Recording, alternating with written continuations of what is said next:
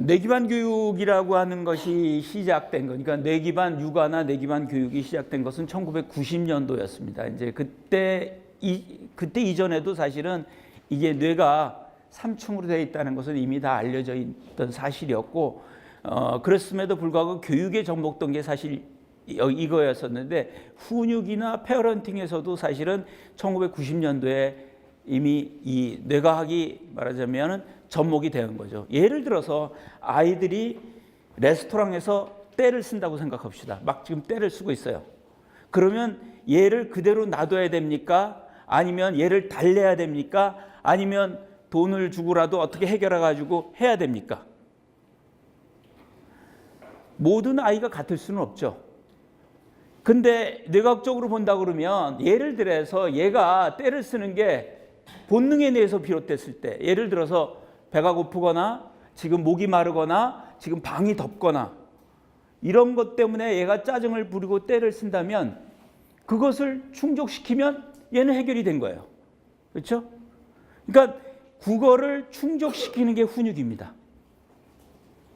반면에 예를 들어서 엄마가 지금 하는 소리가 마음에 안 들어요. 그리고 여기 레스토랑에 온 것도 좀 기분이 나쁘고, 그리고 엄마가 요즘 하는 행동이 나의 마치 적처럼 얘기를 한단 말이죠.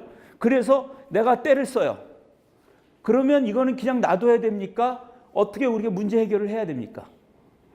그거는 사실은 이 감정에 대해서 비롯된 건데, 그때의 해결책은 물을 주거나 이런 게 해결책이 될 수가 없죠. 그거의 해결책은 내가 네 편이야, 나는 너 아군이야, 내가 너를 항상 사랑하고 있어를 인식을 해주면 얘는 떼 쓰는 게 없어집니다.